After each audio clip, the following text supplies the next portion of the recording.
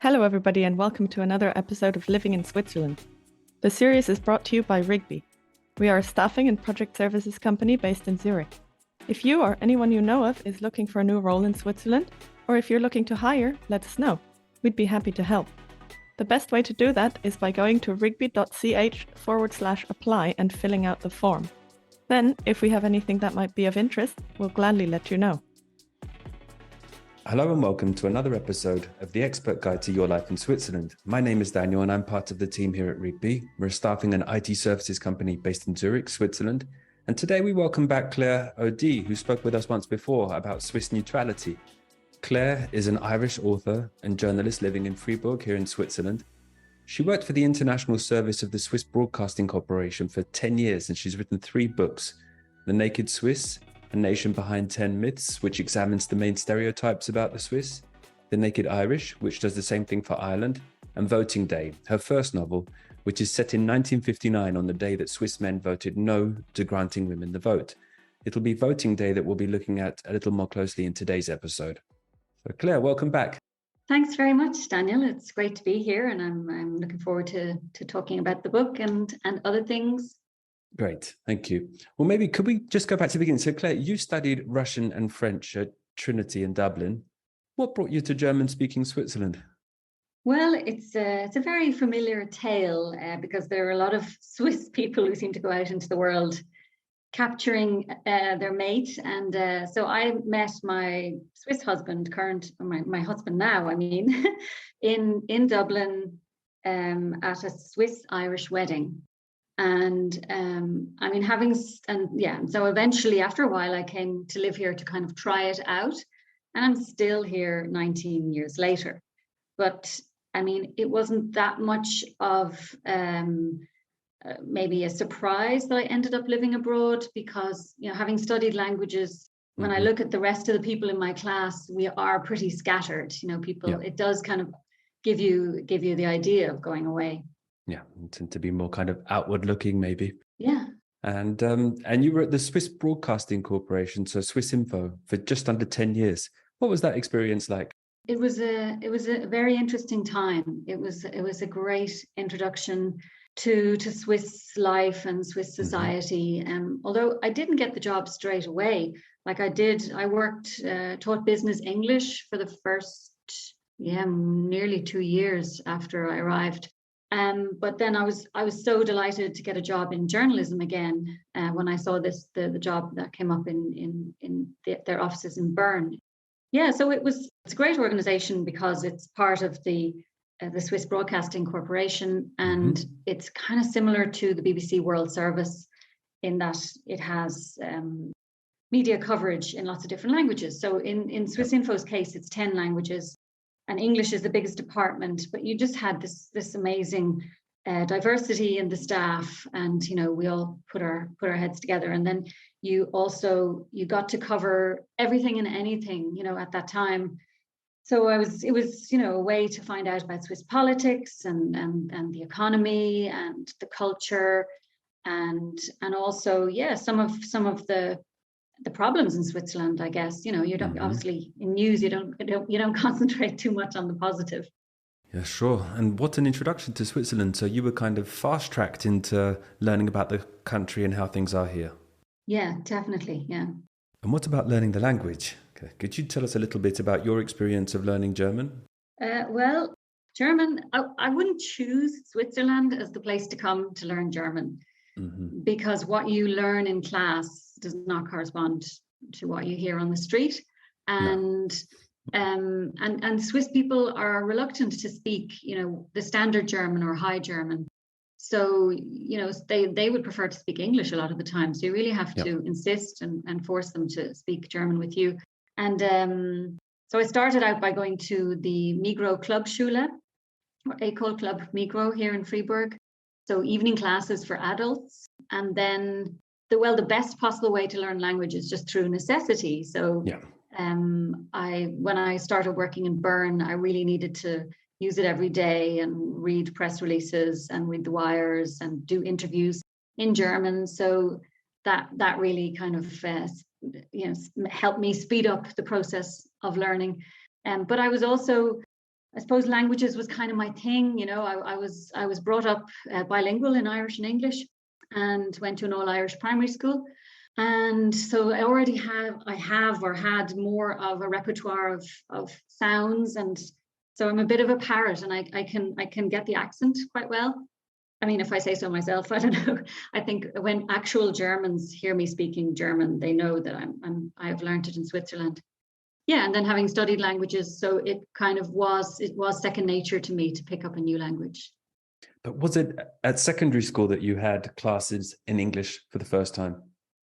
Well, actually, yes. Although I suppose we would have in primary school have had in an English class where we had an English, we learned to read the English alphabet and pronunciation as well. But yeah, we probably must have had, just like as if English was a foreign language, you would have, interesting. Language exercises, and you'd read your little English reader and so on. But all the other subjects were in Irish, and woe betide if you were caught speaking English. Like we were very afraid to speak English. But that was just quite a strict national school that I went to, and people took it very seriously back then. But now there are so many more. There's been like a renaissance of interest in Irish. So there are so many more of these schools in Ireland today, like 10 times more. It's very popular. That's so interesting. And can we turn our attention now to a book which I recently read and enjoyed very much, which is Voting Day? Gladly, yes. Right, well, maybe we could begin by just setting the stage a little bit. So in February 1959, Switzerland held a referendum on extending voting rights to women, or giving women the vote. And the men voted no by a majority of 66.9%. In fact, only very few Gemeinders voted yes, and none of them in the German-speaking part of Switzerland. So Voting Day looks at that day through the eyes of 4 Swiss women and offers a glimpse into how life must have been for them at that time. So could you tell us a little bit about the story of Voting Day? Yeah, sure.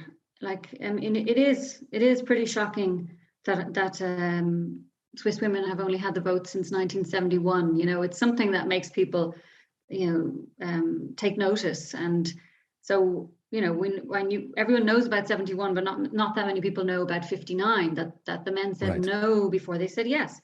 So I find that a very interesting concept and moment in history. So I the story is about these 4 women, and they're all connected.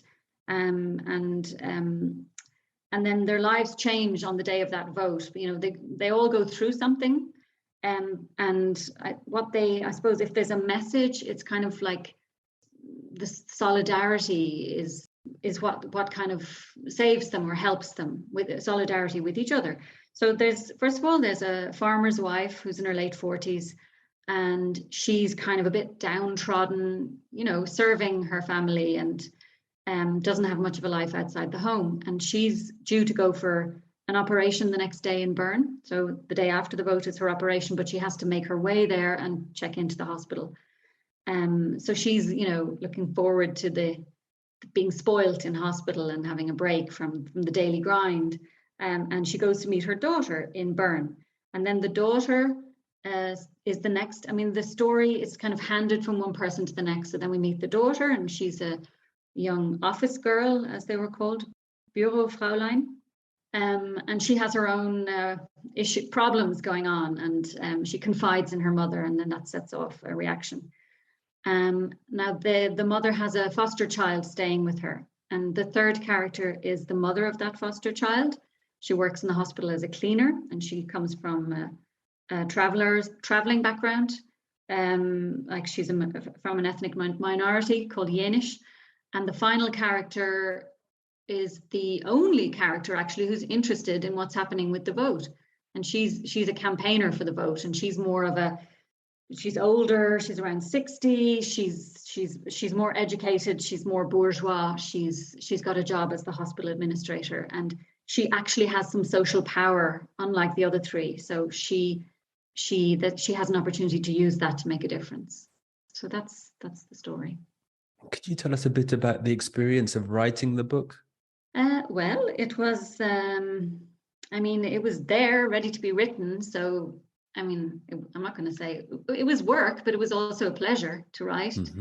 And yeah, I had a very clear idea of how it was going to be. You know, I knew that it was happening in this from morning until evening on the day of the vote. I knew who the characters were going to be.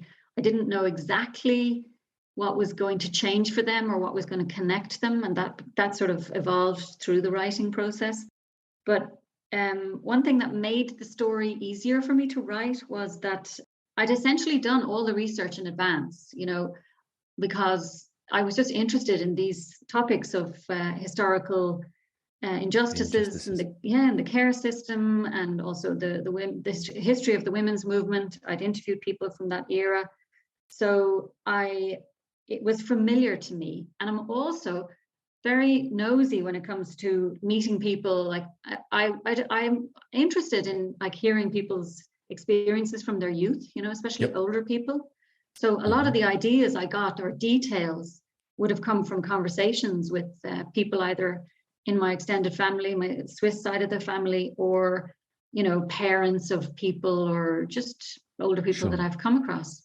Right, because in fact, we're not even going that far back. It was only prior to 1971 that people lived with this reality.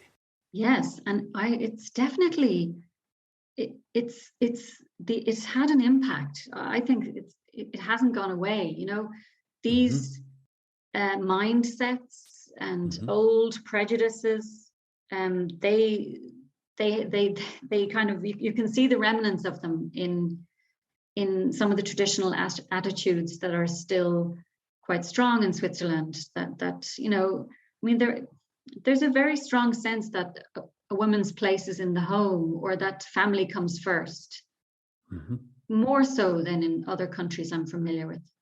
Yeah. You know, you mentioned historical injustices in the social care system. There were all kinds of funny rules. So I think one is that if you took support from your Gemeinde, that you would lose your vote. Yeah, that's it was really serious. If you fell on hard times, I mean, that's all our societies, you know, before we developed a conscience and a kind of sense of responsibility for the vulnerable and also the money to look after them, you know, it was like people could really fall on hard times and be left with very, very poor, very bad options. And yeah, so I think poor Swiss families in the past, you know, they would go to great lengths not to be identified by the system, even though the system had eyes everywhere, because you know, big decisions were made at local level. There would be a poor committee in the village or whatever. And so, yeah, if a family did need financial support, they would lose their vote for the duration. And then more commonly, the response to a family in difficulty would be to take the children away and place them either in a children's home or as a foster child, you know, stroke farm worker on a farm. You know, you mentioned speaking to your extended family. I was wondering, how did you go about researching this book? What was that process like? Well, it's a kind of a compilation of things, you know. I think it just overlaps with my interests. So you're building it up all the time. So, you know, like I do so many random things professionally, you wouldn't believe it. But like, so once I was writing profiles of notable women who went to Bern University, and you know, that's how I came across some of the names of the, you know, the people who were at the forefront of the women's movement.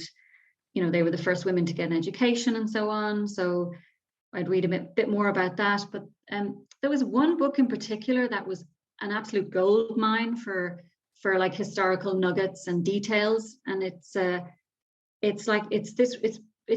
written by Iris von Roten. It was published in 1958, just a few months before this vote. And she was a lawyer and a journalist and a campaigner. And she basically analyzed the whole of Swiss society from the point of view of women. She looked at all the jobs women were doing, you know, their conditions. She looked at the political side of things. She looked at family life. What did she call the domestic burden? She took Bürde ohne Würde, a burden without dignity. So she basically thought that, there was a huge con being exerted on women in Switzerland, made to feel that they were valued, but they weren't valued. And so I got quite a lot of ideas from her book. And another amazing thing about this book, it's called Frauen im Laufgitter, Women in the Playpen, is it's never been translated into English. And she's like the Swiss de Beauvoir, and yet her work has not been deemed, valuable enough to be translated. And also there was a huge backlash when it was published, and some people blamed her for losing the vote because she annoyed the men, which was considered to be a big mistake. Yeah. Right. Edith van Roten. We'll make sure to link to that in the show notes. Yes, let's do that. Yeah. There's now a French translation, only since last year, I believe. Oh, that's interesting. But what about the process of publishing a book here in Switzerland, Claire? What was that like? Well, it was quite different with this book, because my first Swiss book, The Naked Swiss, was published with a traditional publisher, Berkeley Books in Basel, and it was very straightforward. I delivered the manuscript and they did everything else, kind of thing, and also the distribution. My dog has come to the door now, and he's just going to be tapping away there. And I'm going to try and ignore him. But if you hear little taps in the background, it's him. It's Lucky. So Berkeley Books, I learned a lot from working with them. But when it came to this novel, which is actually technically a novella, although the distinction is a bit blurred because novellas are being treated as novels, especially when they're successful. I didn't really know how to go about getting it published on time, because it was only finished like 6 months before, halfway through 2020, and 2021 was going to be the 50-year anniversary of the vote, and I really wanted it to come out in time for that. And there was no Swiss publisher that would have been able to publish it in all 4 language versions, because I also did a crowdfunder, and I got paid for the translations into German and French and Italian. And that's another whole story, because I learned a lot from the translators. I got feedback from them, so before the whole thing was set in stone. And my German translator, Barbara Traber, is in her late 70s now. So she wrote the foreword of the book, because she remembers the day of the vote, and she has her own opinion on it, obviously. Yeah, so I ended up getting it distributed through a Swiss publisher, but essentially it was self-published. And then parallel to that, an English publisher was interested in the book. So there's a kind of a separate standalone English version with Fairlight Books that came out this year. Mm-hmm. It's quite an adventure. Yeah, definitely sounds like it. There was one other thing that I meant to ask you, Claire, because some people say that referendums like this one can show a kind of dark side to the direct democracy that we have here, because perhaps there's the potential for people to push through things that are in their own best interest rather than the best interest of society overall, or the greater good. And when they go and have the last word on something and vote anonymously, that they can push through things that a politician in another democracy might not be able to. Would you understand that view, Claire? Do you think that has any merit? I do think that is the drawback of direct democracy, because, there's all the power, the last word goes to the voters. And you feel like, that's the way it should be. Like, that's great. That this is the purest form of democracy. Right. If the people have the last word. Now, that means they can suggest new laws, and if enough signatures are collected, and they can also change laws that they don't like that have come that the Parliament has passed. They can say, we're not doing that. And then, of course, they have to approve any changes to the Constitution, which was what was needed with the women's vote. Because the word for voter in German and French and Italian was masculine. Mm-hmm. There's an inbuilt disincentive to expand that pool of voters for the existing voters. And there's also a sense that it's kind of it's more highly skilled than what voters do in other countries, you know. Yeah. Voting once every 4 or 5 years for your favorite party and then going back to your life and just, you know, saying, oh, well, nothing I can do about it now is obviously is not as much of a commitment on the one hand from the voters, and it's not as much responsibility.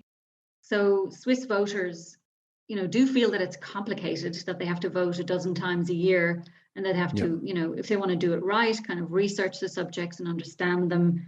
And, you know, back in the day, it was considered that was a bit too much for women to cope with. And the way it is now, you have a quarter of the Swiss population who don't have the vote, and they are the foreign residents of Switzerland. Some of them are second or third generation so-called foreigners, and there's absolutely no rush to expand the citizens of Switzerland. It's really I would say the barriers to naturalization keep the numbers of new Swiss artificially low and the number of foreigners artificially high, and it's got something to do with direct democracy. Perhaps you could say that there is potential for it to be more self-serving than the political system that we grew up with. Yeah, I guess so. Although we've had referendums as well. In Ireland, we have referendums for changes to the constitution, and the UK has had pretty momentous referendums as well. But we basically kind of leave it to the professionals. That's kind of the way the political system works. And yeah, there's an argument to how well they do their job, you know, without the kind of constant scrutiny of the voters or the constant participation of the voters. Right. Well, I mean, it's definitely quite a different system in some respects. I think it's interesting to think about. Well, anyway, thank you, Claire, for joining us. I really enjoyed reading the book. Could you tell our listeners, please, where they can find it and where they can find out more about you? Oh, yeah, sure. Well, if you're in Switzerland, you can go into any bookshop and ask for the book, and they should find it in their system. It's distributed by a publisher called Zeitglocke Verlag, and that's ZYTGLOGGE. And then in other countries, it's available through Fairlight Books. Fairlight Books is based in Oxford, so they have it on their website, or again, it should be in the system if you ask in a bookshop. Okay. Well, I'd certainly recommend it. Thank you very much, Claire, for joining us again. Thank you. It was a real pleasure talking to you today. And thanks to you for listening. We'll include links in the show notes to our guest and to further materials about some of the topics that we've spoken about today.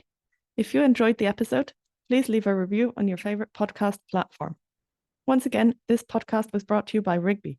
We're a staffing and project services company here in Zurich. If you would like our help either to hire or to be hired, let us know.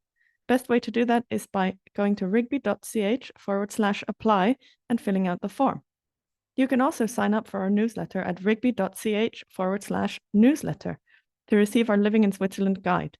We'll send you 1 email per month about expat-focused news and jobs in Switzerland. So thanks, and until the next time.